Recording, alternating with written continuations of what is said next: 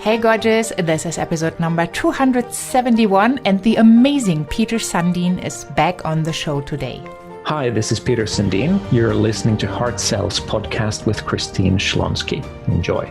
Well, I am so super pumped to have Peter Sandeen back on the show today, and I am even more excited about the topic we will be covering today on how you create your six-figure website. I hope you are ready with a piece of paper and a pen or your notepad. And Peter Sandeen is best known for creating marketing messages that make people immediately feel that's perfect for me. And wouldn't you want for your clients to have that feeling right away, for your soulmate clients, dream clients, whatever you call them, that they read your message and think that's perfect for me? That's why Peter often is called the marketer's marketer, because over half of his clients are actually other marketing experts who want to see their own blind spots and make sure they focus on what matters most. So let's dive right into today's episode on how you create your six-figure website. Well, I am so over the moon, Peter, that you are back today. Welcome. Thank you. So I loved our conversation about, digging deeper in the sales calls and knowing that the first reason or the first reasons are probably not the truth why somebody didn't buy. And I think preparing people to come to a call strong, and by strong, I mean that they know who you are, what you are about, what you stand for, what you can deliver, is already a really great preparation to have better sales calls, because people will determine if they are fit or not before they book that interview. And for that, you probably need a pretty good website. And I know you are doing a lot of work on messaging, on websites, on conversion. You have a ton of experience. Tell us a little bit why this matters and what you have experienced and what your offer is basically to support people in that journey. Well, why it matters is that it's rare that people come to your sales call before they've seen your website in some form. At least they apply for the call, or they see a landing page to join your email list, or they see an article or your homepage or something. And the issue is that if you think back, just how often do you buy something that you have once decided is not right for you? It's very rare. Yeah. If you once decide that this doesn't look like it's for me, it's very unusual that you change your mind. It does happen, and it's easy to remember those times because it's so unusual, but it is very unusual. So that's why how you set up all of your marketing should really get the right idea across, the same idea, because otherwise people get very confused of well, are you about this thing or this other thing? Are you trying to be both? Because that's already a little suspicious if there's 17 different things you're supposedly about. So that's sort of my perspective to it, that the message has to stay somewhat consistent. You're not saying the same words, you're just conveying the same ideas or the same thoughts so that people get a consistent idea of what you are. And the website is just still sort of the center of almost all marketing online. It doesn't necessarily do the most work. It's not that you have the most steps on the website. You might have a lot of ads and funnel pages and such, but almost always the website is somewhere there. And what you asked, can I support people? Yes, I'm happy to. I've been working on these things for a very long time, and I'm also now publishing a new program on it. That's more of a do-it-yourself and just get it done very quickly, both the message and the website. So it really fits into what you're doing. Yeah, I love it. And you are also about conversion, because it's so important that just a pretty website is not going to do the job. At the end of the day, we want customers coming into the door so we can actually create the magic we create with people. What do you think people can do? Because I know also a lot of people with website shame. What can they do to make it simple but very effective? Well, those are usually the same thing. Simple is often the same as effective, at least more so than complex is always the same as ineffective. That's just a thing. But yeah, I've seen countless very, very fancy looking websites completely outperformed by very simple, very basic, cheap websites. When I was working as a subcontractor for a conversion optimization agency, there was one huge brand. I mean, everyone would know the brand. They had paid $250,000 for their website, and it looked amazing, but didn't produce sales. I mean, a few sales, but I mean, they were getting hundreds of thousands of visitors a month. So obviously they would make a few sales. But yeah, like you can pay any amount of money for a website and it's not the same as actually something that works. Like one business friend calls website designers website artists. And it's a very different thing to design something that works, sort of like an engineer, or just make it an art project. Those are very far from each other. So yeah, simplicity, especially in the design and like on the message, it forces you at least to do something that can work. Whereas if you're trying to cram it full of stuff, full of different things, that just virtually never works. So if you force yourself to just think that, okay, I have to keep it super, super simple, then you're at least thinking of the right things, because you're looking for something simple to say, something people can immediately understand and can immediately relate to and think that, hey, that looks like it's for me. Whereas a complicated website can't really do that. And this doesn't mean that your website has to look like everyone else's. It doesn't mean that it can't look very unique and interesting and all. But like, start with the simple and then like build out from there. Like if once you get the basics right, then yeah, go crazy with design if you want. But don't go the other way. That doesn't work.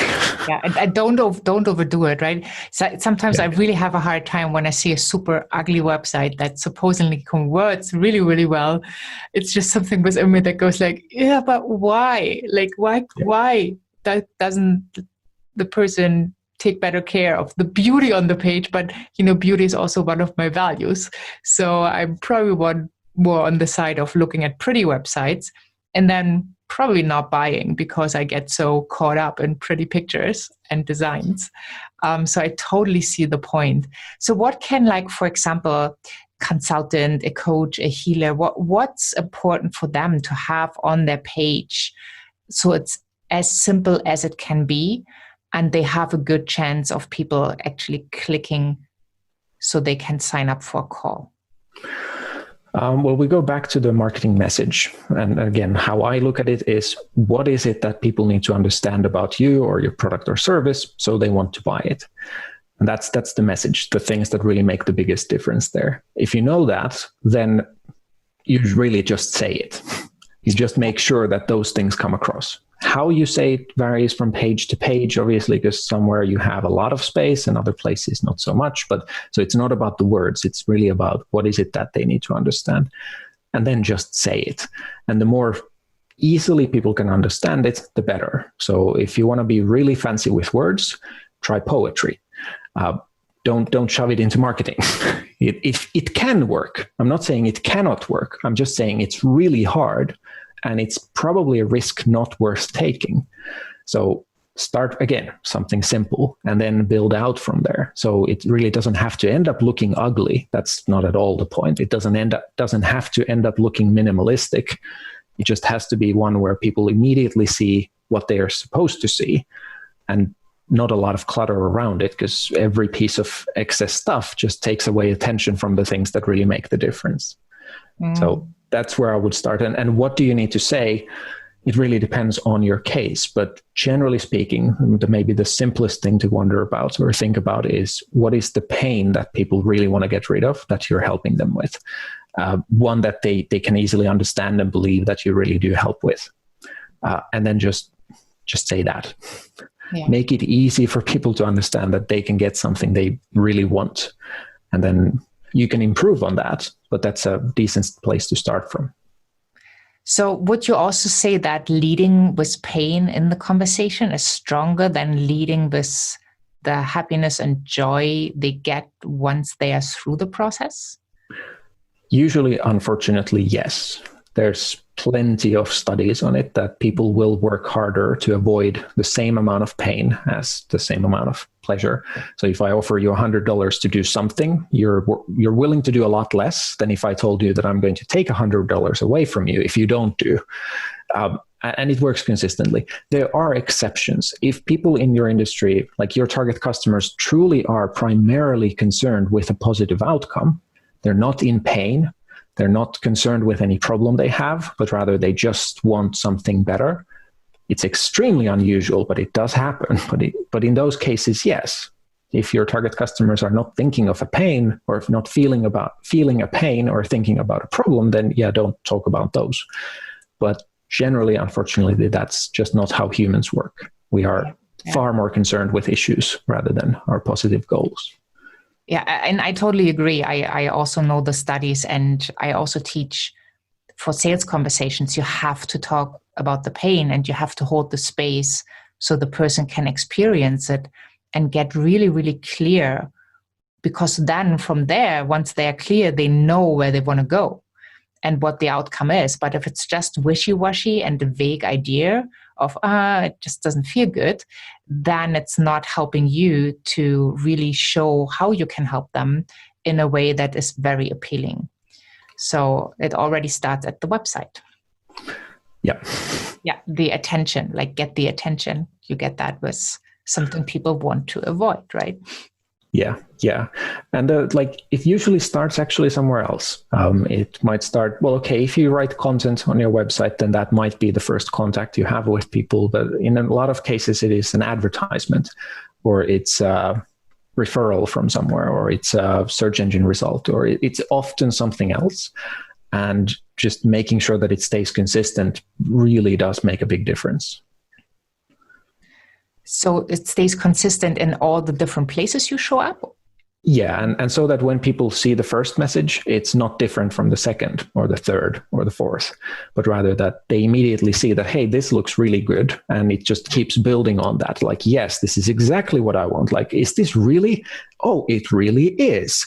Let me talk with this person. And then they come to the call with this expectation that this is what they want and this is a solution for them, because it seems to them, everything they've seen from you makes them think that this is like it's built for me, which it is. It's funny to point out that like you're supposed to build something that really is meant for them, but it's a different thing to make them believe that or feel that that is the case. But when you can do that, then things are a lot easier, especially the sales conversations are much easier. There's way less pressure on pushing people into something, but rather there's a lot more trust and people feel already understood by the time they come there, because everything they've seen from you, including a website or emails or such, it all feels like, hey, like you're clearly talking to me. These are the things I want. So it's easy to take the next step. Yeah, totally. And so when you talk to people, like what are you looking for? Maybe by like finding a certain question, like do you have a favorite question? Is there something like you always ask because it reveals so much about the person and helps you to know which path you want to take them on? Well, I generally ask 3 questions. The first one is, how did you get to the point where you are now?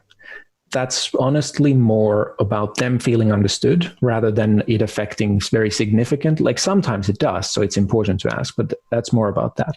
Then the second question is, where are you now? Like, what is your current situation? Whatever you think is relevant for me to know, tell that. And that's very revealing, because usually I can already tell, okay, I think you need these things. But third question is, so where do you want to get to and why? What are the goals you want to achieve, or what are the outcomes you want to see in a year or 6 months or something that would make you feel like, okay, it was a great year or great 6 months?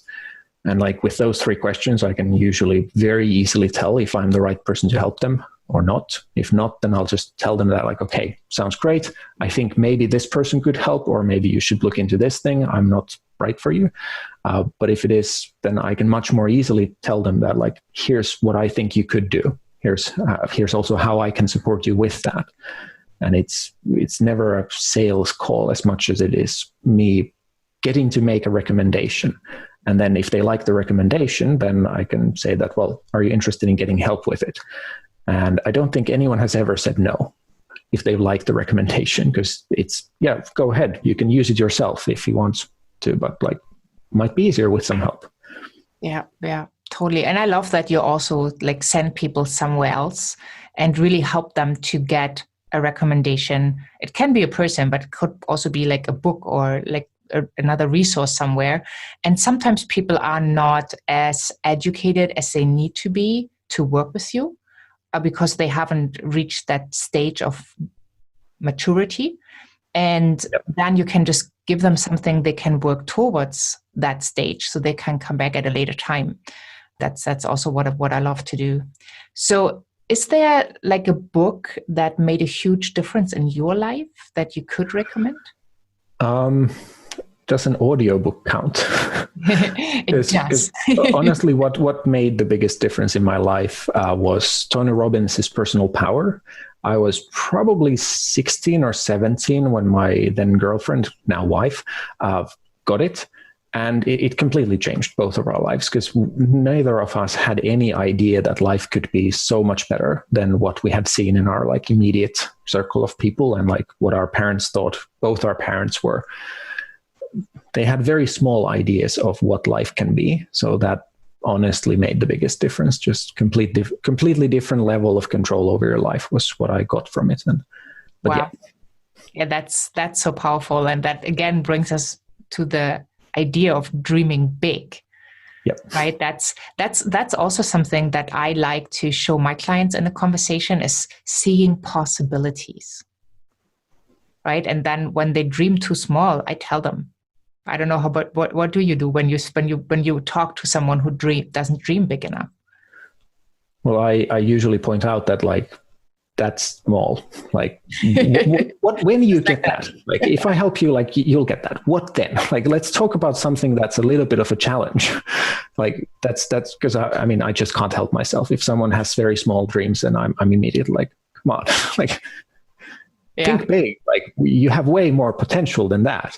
I believe a lot in people, maybe sometimes too much even, like maybe those small goals are realistic for some people, but they're not usually the people who end up talking with me.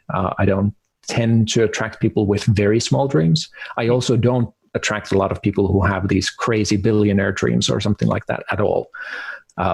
But yeah, sometimes people come and they say that, well, I'd like to make 10,000 euros next year. I'm like, can we add a zero there? Like, I mean, yeah, maybe we don't get to 100, but like if 10 is the goal, then we need to do it multiple times over before it's truly a very meaningful thing as a business.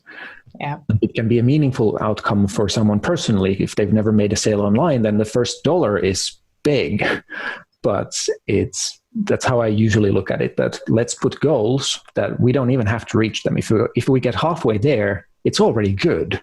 If we get 80% there, then it's already great. And if we actually reach the goal, then that's awesome.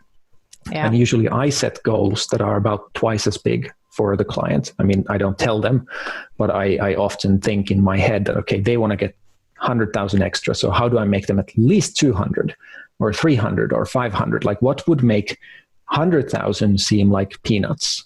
And again, I don't talk about it to the client, but rather it's just, well, that's sort of how I start leading it so that the odds of getting to the 100 get as big as possible, while also being very mindful of what they actually want, what sort of business they want to do. So if they don't want to do group coaching, then I'm not going to talk about group coaching.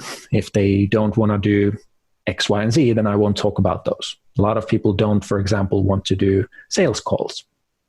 Then we don't do sales calls. Like you don't have to do sales calls. To me. Yeah. Like I might try to coax them into it later on. Like, hey, there would be benefit if we can talk about this. Are you open to it? If not, okay, cool. Never mind. Just checking. But yeah, that's how I approach smaller goals, that I try to get them to a point where even a failure is still a bigger success. And then myself, if I'm their coach, then I think of as like, well, what would make that sort of the minimum that we'll get to? And it doesn't always work. Of course, it doesn't always work, but it's very unusual that it doesn't. Yeah, I just love how you inspire yourself and how you motivate yourself for your clients, because it really, it helps. I think it helps to show up as a better coach, right? As someone who maybe does ask the question they have in their mind, turning it like, should I be asking, should I not, right? It really gives you that little extra push because you see that potential. And that's something what because I think everybody should have a coach and a mentor so that they can see the potential in them. Because oftentimes we can't do it for ourselves, or not in such a big way, in a much smaller way. And then it takes the same energy, right? So big goals or big dreams take the same energy than small ones. So it's up to you to decide if the big goal is to get a new carpet in your living room, or the big goal is to tour the world, right? It's the same thought, takes the same energy, but I'm quite sure with touring the world, you will be much better off. Yeah, and then actually for me, it's easier. It takes less energy if I have a bigger goal in my mind, especially for clients, because I don't have the pressure then to actually do the work. It's still up to them to do the work. So bigger goal doesn't affect my workload, but it makes me excited, which makes it much easier. If I'm not excited about a project, it's an energy drain. If I am excited, then I get energy from it. So for me, it's that way. It's as much selfish as it is good for them that I think of bigger goals or things that are even more likely to work, because that makes it actually easier for me to have the energy for it.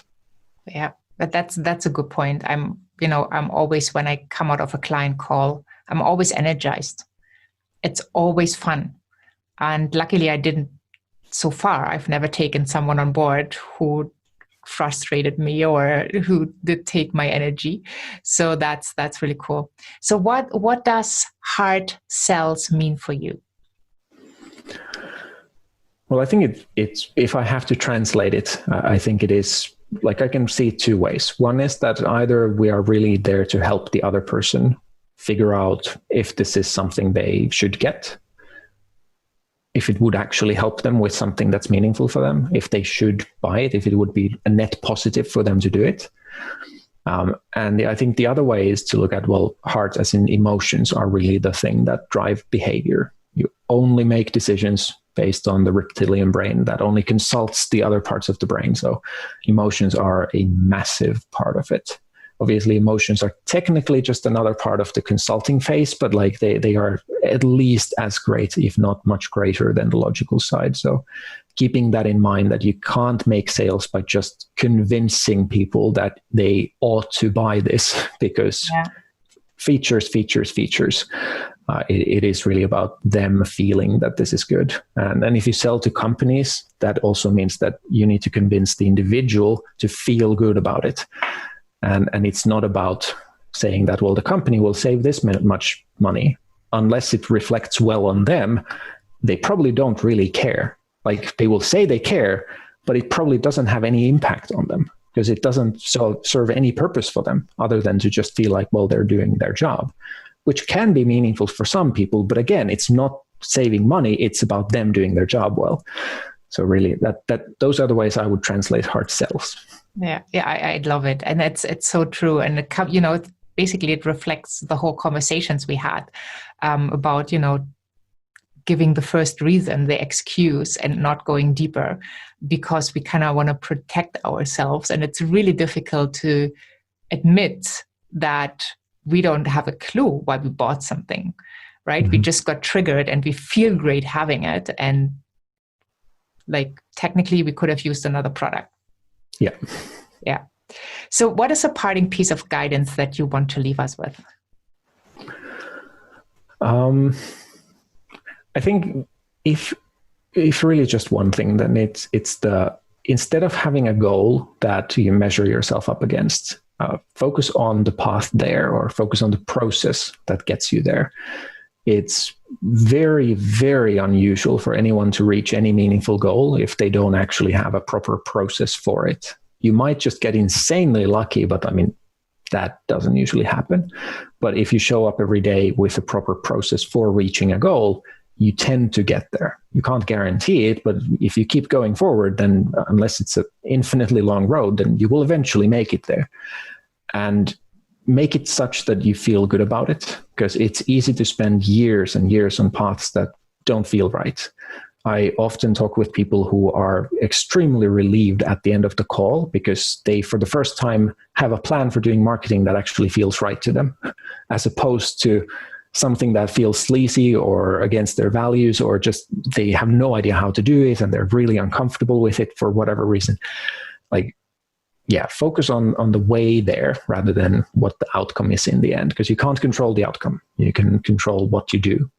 Yeah, your own action steps. As I always say, like, stop just dreaming, act now. Because the pizza guy is not delivering your dreams. You really have to get off the couch and do something for them. So what a great conversation. Thank you so much. And I love the gift you brought us. It's basically a test where you can check in how good your ideas are. So, in what you say, tell us a little bit about it and how can people get their hands on it? So again, my idea of marketing message is that what should you make people understand about you or your product or service so they want to buy? What are those things that really make the biggest difference to how likely they are to buy? And those are the marketing message. And the test helps you check how good are your current ideas? How likely are those to make people want to buy? It's a rather ruthless test. A lot of people, even with a lot of experience, either marketing or business experience, have pointed out how they saw things more clearly than before. And some people have seemed a little angry about it because they have realized that, oh, this is why I've been struggling for so long and why didn't anyone tell me? But yeah, that's the whole thing. It's a couple pages. It's not a long thing. It doesn't take long to do. It's just a test to see which ideas are most likely to work. You can get it at petersandeen.com/value. Awesome. Well, thank you so much. And thank you for all these golden nuggets, right? I did take some notes and I have some things to reflect upon, especially about the message and obviously the website. I haven't met any entrepreneur yet who did not have a tiny bit of website shame because it's not up to date or it needs to be tweaked or whatever it is. So such a great reminder to get the work done. Thank you so much for it.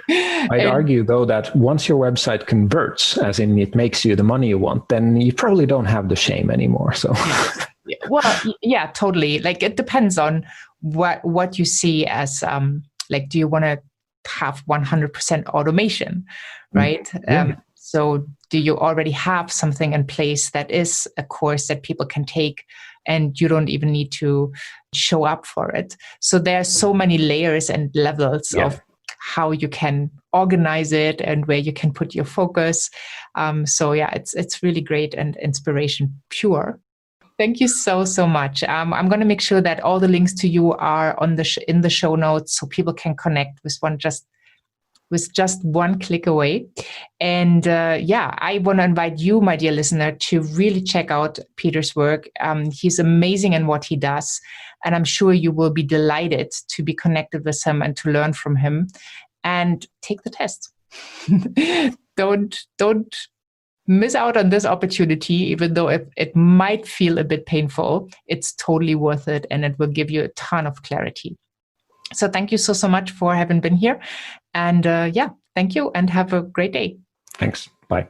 Well, what an amazing episode. I hope you have enjoyed that. And just that, like in between having the conversation with Peter and now recording for you the final touches of this episode, including these words right now, I have signed up for his amazing program, 6-Figure Website, because I know that my website needs some more love and attention and even greater message, so that I can support even more people on this planet. So if you're thinking about joining as well, make sure you hop on over to christineschlonski.com, find the episodes 270 and 271 with Peter, have a listen, see if this is aligning and connecting with you and for you.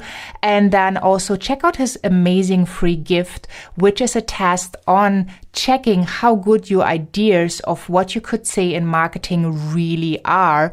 And as well, in the resource section, I'm going to put you a link to Peter's amazing course, 6-Figure Website. Get more leads and sales with no more traffic and without fancy tools or tech. There's a video as well that you can check out. So I really hope you take that step and you have your website work for you. I am so excited about signing up, about taking this course and opportunity. And I hope that if you are a visitor to ChristineSchlonski.com on a regular basis, that you will be seeing some changes pretty soon. And depending on when you listen to this episode, they might have already been done. But thank you so much for being here. I hope this has served you well. And I'm looking forward for you to tune into the next episode. And I'm saying bye for now, wherever you are on this beautiful world.